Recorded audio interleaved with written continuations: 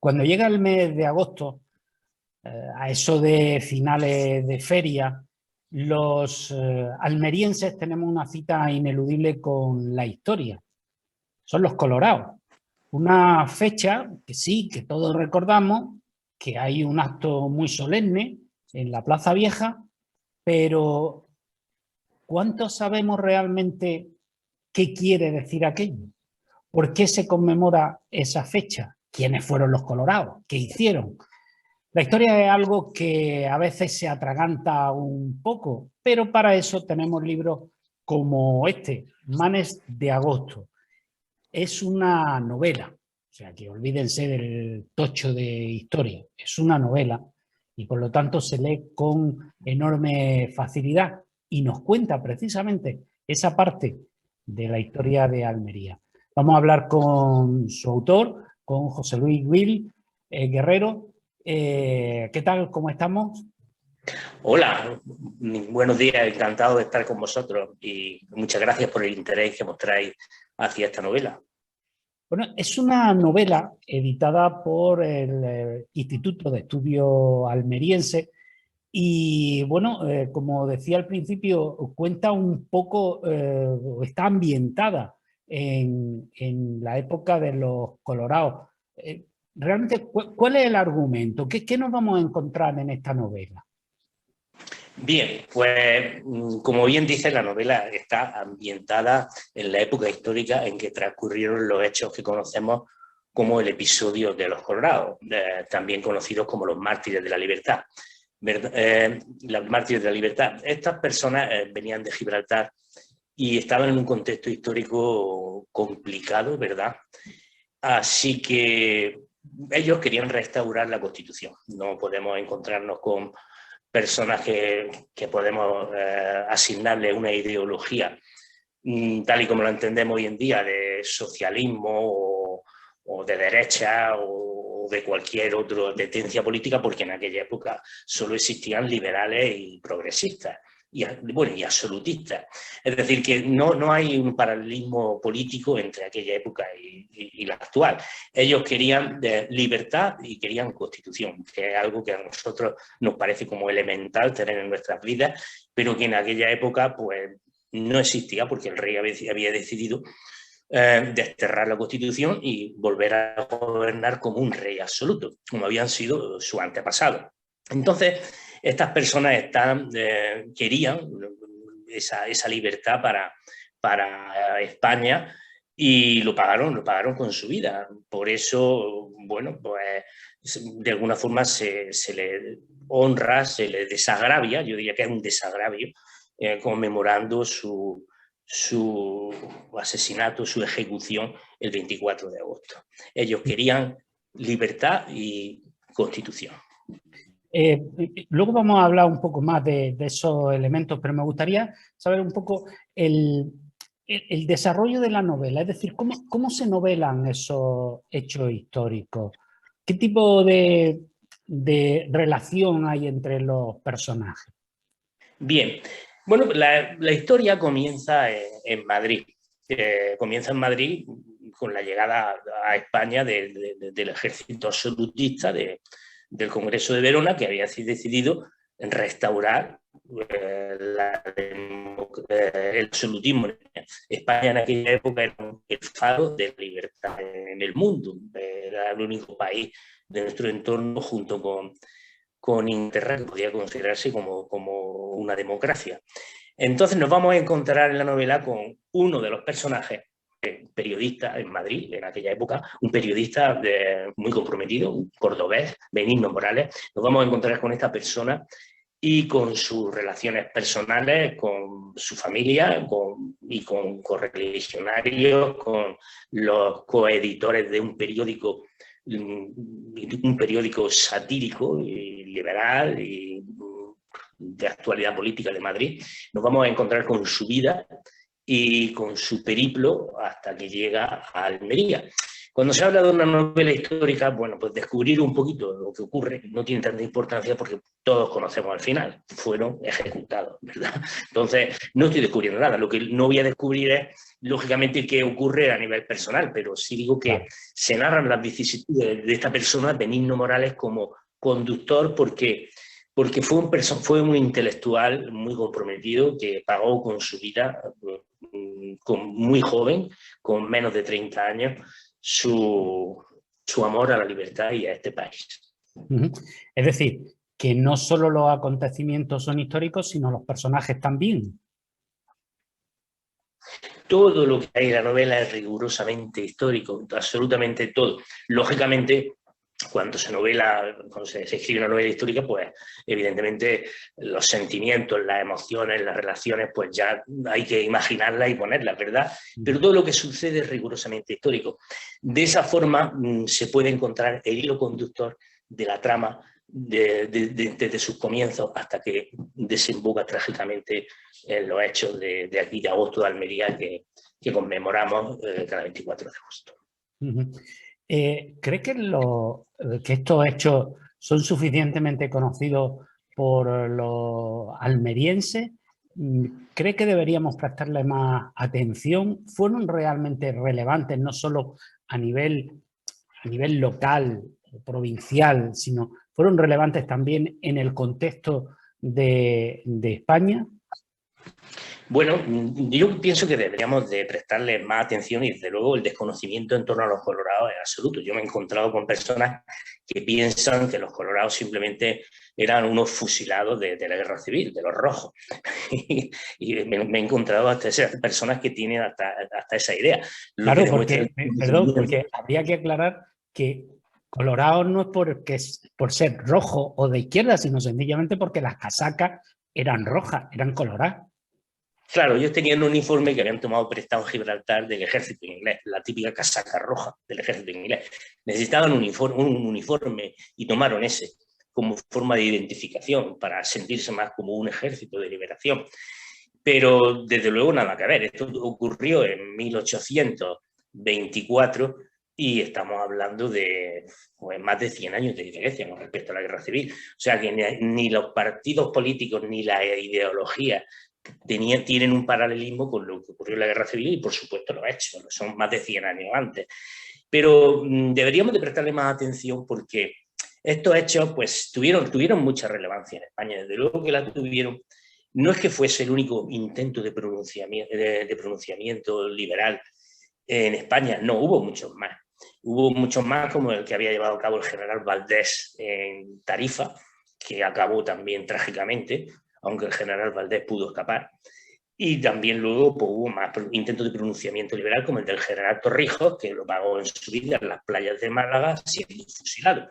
Es decir, en España había, en aquel momento, durante la década ominosa, que gobernó como un tirano, el rey absolutista Fernando VII, hubo muchos intentos de pronunciamiento liberal. Yo pienso que los almerienses tenemos que estar orgullosos porque aquí, cuando vinieron aquí, es porque aquí tenían muchos simpatizantes. Es decir, Almería, por así decirlo, estaba dividida. Había liberales y había absolutistas, partidarios de un rey absoluto y liberales. Lo que ocurre es que el gobernador de Almería detectó, antes de que llegaran por los espías del rey en Gibraltar, venían de Gibraltar, pues detectó ese intento de pronunciamiento, apresó a todos los liberales, muchos de ellos masones, y los encarceló.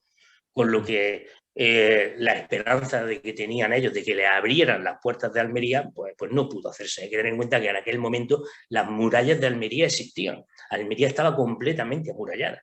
Era una fortaleza muy difícil de tomar.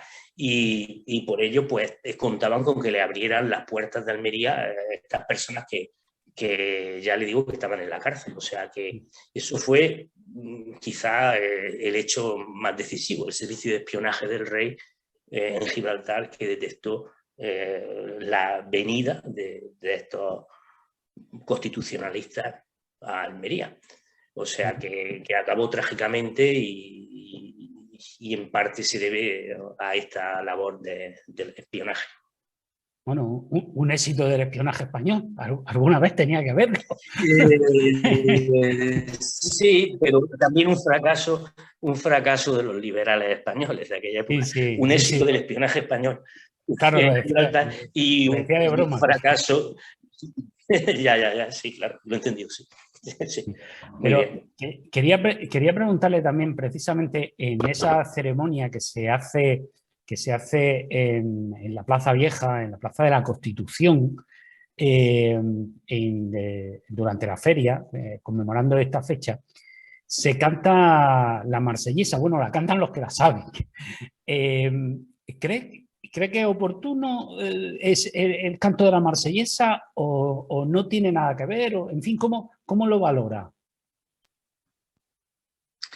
Bueno, hay que tener en cuenta que la marsellesa es el himno francés. De aquella época la marsellesa también era un canto que era sinónimo de la libertad. Pero yo creo que en todo caso debería de cantarse el himno de Riego, porque lo que cantaban los colorados era el himno de Riego. La marsellesa, por supuesto, es un himno que alaba la libertad, ¿vale? La fraternidad, pero es un himno francés. Y lo paradójico es que quien vino a reprimirnos fue un ejército francés. Ellos murieron como consecuencia de que la monarquía absolutista francesa envió a España un ejército formado por los 100.000 hijos de San Luis que ayudaron, junto con otros sectores absolutistas del país, a poner de nuevo el país en un régimen dictatorial, por así decirlo. O sea que yo respeto quien cante la marsellesa, pero más entiendo que debería de cantarse el himno de Riego, en todo caso, que es el himno que cantaban los colorados. Pero cada uno... Otra pregunta relacionada con una polémica en la ciudad. El traslado del monumento de los colorados o de los mártires de la libertad. Usted como almeriense por una parte, pero también como estudioso del tema, pues, ¿qué le parece el traslado? ¿Qué opinan? Bien, hay que decir que el primer monumento fue un cenotafio que hubo en la Rambla de Belén, porque ellos fueron fusilados y sus cuerpos, cuando Joaquín Vilches, en el año 34, cuando en España se instauró de nuevo el liberalismo, Joaquín Vilches llegó a jefe político de la ciudad, lo primero que hizo fue levantar un monumento, un primitivo cenotafio que estuvo en la Rambla de Belén. Luego, en la Revolución de 1868, se consideró que los mártires de la libertad necesitaban un monumento más digno, y en la Puerta de Purchena se erigió un monolito de piedra y estuvo en la Puerta de Purchena hasta 1900. En 1900 se decidió que ese monumento se trasladara a la Plaza Vieja. Y en la Plaza Vieja estuvo hasta el año 43 o 44, en que Franco vino a Almería a pronunciar un discurso en la Plaza Vieja. En España amanece, era el discurso que iba a pronunciar. Y entonces el alcalde de la ciudad, Gay, pensó que no era conveniente que el dictador pronunciara un discurso frente a un monolito que simbolizaba la libertad y ordenó que se destruyera. Entonces, yo entiendo que en la Plaza Vieja tiene que haber un monumento homenajeando a los mártires de la libertad. Que sea este u otro, pues para mí no es tan importante. Eso que decidan los arquitectos, las personas que entienden más de estética. Hay quien opina que como un monumento blanco podría estar mejor en la calle Federico García Lorca, ¿verdad? Podría estar mejor allí. Hay quien piensa que debería de seguir ahí. Yo creo que siempre, si lo trasladaran, debería de existir algún monolito que recordara a los mártires de la libertad, siempre en la Plaza Vieja. Porque para todos los almerienses ya es un símbolo que está allí desde el año 1987, en que se volvió a construir el Monumento a la Libertad a los Colorados. Desde 1987 ya forma parte de nuestras vidas de nuevo en la Plaza Vieja y entiendo que faltaría algo si no se encuentra ahí. Y en cualquier caso, yo creo que es un recordatorio a nuestro consistorio y a todos los almerienses que hubo gente que murió por la libertad y que, por lo tanto, de alguna forma tenemos ese compromiso para el futuro siempre con la libertad. Y entiendo que si se trasladara o no, siempre debería de existir un monumento en la Plaza Vieja. Claro, además parece razonable porque la Plaza de la Constitución, pues que haya un monumento a los constitucionalistas y además, otro detalle, como bien ha indicado, fue quitado de allí, de ese sitio, durante una dictadura, parece lógico que con la vuelta de la democracia se vuelva a poner en el mismo sitio donde durante una dictadura fue retirado. Pero otro asunto... Completamente de acuerdo. Completamente de acuerdo. Otro asunto que me interesa mucho en relación con los liberales y con todo esto. Hay quien considera que realmente el concepto de Estado-nación, en el caso de España, tiene más que ver con esta época que con la de los llamados reyes católicos, ¿no? Más que ver que es precisamente en esta fecha y durante esos momentos de 1812, 1824, en esos periodos, cuando al hacer la Constitución, pues bueno, todo lo que formaba parte dentro de la frontera de España, pues digamos, se aúna y se pone negro sobre blanco con la Constitución, y ahí es donde nace el Estado-Nación. ¿Usted cree también en esa visión de la historia o no tiene nada que ver con lo que ocurrió? Bueno, de hecho, la historia cambia mucho y hay cosas muy paradójicas y realmente no es muy fácil contestar a eso porque le voy a poner un ejemplo para que se dé cuenta de cómo cambian las cosas. Cuando Fernando VII volvió y fue de nuevo monarca absolutista en el año 1814, bueno, pues todo el territorio español estaba completamente de acuerdo, estaba gobernado por él, pero cuando se instaura la Constitución, los más absolutistas y los más fieros defensores de un rey absolutista fueron Cataluña, Navarra y el País Vasco. Tanto es así que crearon un gobierno paralelo en la Seu d'Urgell para luchar contra el resto de España, que era liberal. Intentaron crear un gobierno paralelo donde hubiera un monarca absoluto. Y eso fue durante el trienio liberal, cuando la mayoría del país quería constitución. Los reductos más absolutistas y más realistas estaban en Cataluña, en la Seu d'Urgell. Entonces, cambian tanto las situaciones y son tan paradójicas que es muy difícil contestar a esa pregunta. Yo creo que el estado de los reyes católicos de alguna forma evolucionó y el primer sentimiento nacional ocurrió durante la Guerra de Independencia. De hecho, la Guerra de la Independencia fue como quizá el nacimiento del sentido colectivo de lo que es España. Los territorios que más se defendieron fueron, por ejemplo, Gerona frente a los invasores franceses. Luego, durante el periodo liberal, querían un rey de poder absoluto. Entonces, ¿qué paralelismo podemos establecer entre aquella época y la actual, en que hay muchos territorios que se consideran ofendidos porque son monarquías? Es decir, que es todo muy volátil y los sentimientos también. Yo creo difícil establecer una analogía entre la época de los reyes católicos y luego este estado liberal que surge después. Muy difícil. De hecho, España ya estaba muy consolidada en esta época y en la época de los reyes católicos todavía se funcionaban como reinos casi independientes, mucho más independientes que fueron después. O sea, claro, no es fácil. No es fácil. Realmente con los reyes católicos lo que había era una especie de federación o confederación. Mantenían sus propias cortes, sus propios los tratados. De hecho, Andalucía, por ejemplo, lo que tenía era su propio tratado, que eran las capitulaciones de Santa Fe, ¿no? Es decir, que efectivamente en aquella época era todo un poco una especie de federación o confederación. Quería preguntarle también una cosa ya a título personal, porque estamos hablando aquí, usted ha escrito varias novelas, ha ganado algunos premios por ello. Estamos hablando de historia, pero usted no es historiador. No, es una afición realmente.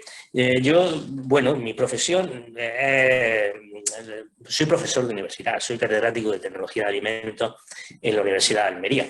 ¿Verdad? Que poca relación puede tener una cosa con la otra, pero de hecho de siempre me ha gustado muchísimo la historia, y aunque me dedico a mi profesión en cuerpo y alma en la universidad, y sin embargo, pues la historia me apasiona. Entonces, bueno, pues me gusta indagar sobre la historia, como me gusta es indagar sobre la historia, pues recreo situaciones en las novelas. La mayoría de mis novelas versan sobre todo sobre la España musulmana, sobre todo sobre la España musulmana.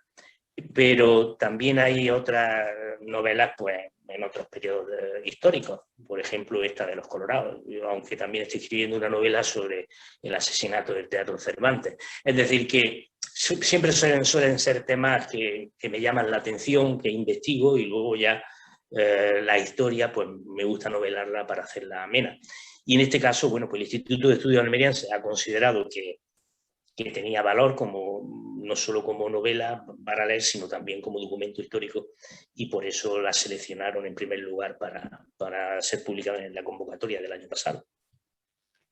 Muy bien, pues muchísimas gracias por esta entrevista y muchísimas gracias por el libro, porque realmente es una aportación histórica, pero que va a permitir a muchos almerienses, aficionados también, a conocer cuál es la historia de nuestra ciudad y de nuestra provincia, a saber qué pasó, qué es lo que ocurrió y la importancia que eso tuvo, como bien ha indicado, no ya solo para la propia ciudad o provincia de Almería, sino en un contexto mucho más global, en esa lucha entre liberales y absolutistas, que, bueno, aunque no existen muchos paralelismos siempre entre los liberales, entre lo que es el liberalismo y el absolutismo, siempre entre los que quieren más libertad y los que quieren menos libertad, entre los partidarios de una democracia más avanzada y los partidarios de restringir libertades.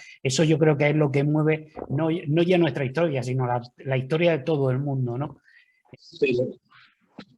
Sí, no, me gustaría simplemente decir que, de hecho, los sueños de los colorados se han cumplido. ¿Vale? Los sueños de los colorados se han cumplido porque tenemos constitución y tenemos libertad. Y ahora todos los partidos políticos, sin excepción, bueno, hay algunos que no quieren constitución, separatistas, como todos sabemos, pero sin excepción los partidos políticos hoy en día quieren lo que los colorados pretendían cuando llegaron a Almería.